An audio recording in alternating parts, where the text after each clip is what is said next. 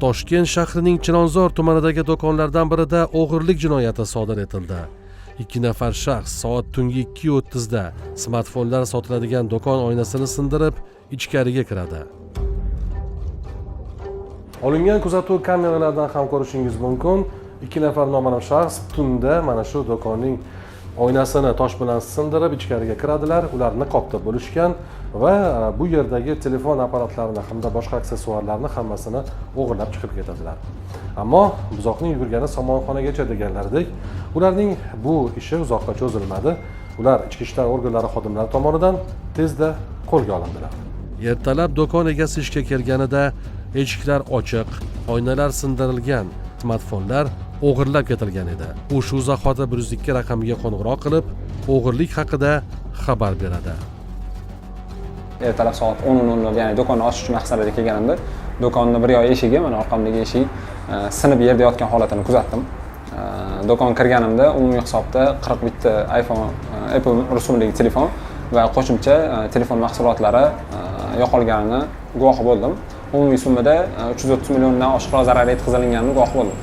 102 qildim, yetib kelishdi, xodimlar juda tez yetib kelishdi. Chilonzor tumani xodimlari tomonidan 2 nafar gumonlanuvchi protsessual tartibda ushlanib, do'kondan o'g'irlangan telefonlar hamda aksessuarlar ashyoviy dalil sifatida olindi. Gumonlanuvchilardan biri yosh bo'lishiga qaramay, bundan avval ham 3 marotaba o'g'irlik jinoyatini sodir etganligi uchun sudlangan va jazoni o'tab chiqqan. Lekin afsuski, o'ziga to'g'ri xulosa chiqarmadi. Biz og'aynim bilan plan rejalashtirilgan bo'lgan bizda o'zi. Men taklif qilganman, rozi bo'lganim. Shu magazinga bordik. Tosh soldim. Shishali eshik edi. Shu eshikka otdimmi? Eshik sindi, teshik bo'ldi. Bu orqasiga qochdi. Kutdi 3-4 minut. Kim kelyapti, nima bo'lyapti o'zi? Hech kim kelmadi. Men bordim, eshikni tepdim. Shu joyda gumonlanuvchining so'zlariga e'tibor bering. Oynani sindirib chetroqqa o'tib bekindik va kutib turdik. Bu kim kelib qolmasmikin deb. Agar shu yerda do'kon qo'riqlash pultiga ulanganda edi, bu holat yuz bermasdi. Jinoyatning oldi olingan bo'lardi. Shunday ekan, hurmatli fuqarolar va tadbirkorlar, bu kabi holatlarni oldini olish uchun qo'riqlash pultiga ulanishingizni tavsiya qilamiz. Keyin biz magazinga kirdik. Shu shkafni ochdim, qarasam seyf turibdi. Seyf olib chiqdik biz. Arendaga oldik, bolgarkani kesdik, seyfni ichida 41 ta telefon chiqdi. Men ertalab 11 Pro ni sotdim, iPhone 11 Pro $100 ga sotdim. Obed vaqtida yana telefonlar sotdim men. Oxirgi sotgan telefonlarim 4,5 million. iPhone 12 Pro, iPhone 13. Telefonlarni sotib, pulini olib 50% bilan sherigim bilan bo'lishdik. Yani o'zim uchun ishlatganman. Kan nazorat ozgina bo'lmay qoldi, chunki kechasi o'zim ishlayman. Ishda bo'laman. Onam mazalari yo'q, anam olamdan o'tgandi. Qandan uzr so'rayman. Shu nazoratga olib, qattiq qaraymiz endi bundan yog'iga. Men bilmasdan ish qilib qo'ydim. Akajon kechirim so'rayman.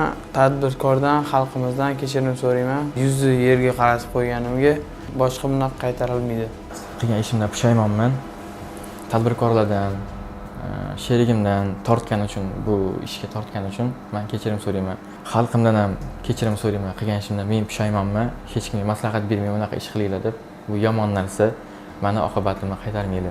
Shu kuni tezkor qidiruv xizmati xodimlarining sa'y-harakatlari bilan tadbirkorga yetkazilgan zarar qoplandi.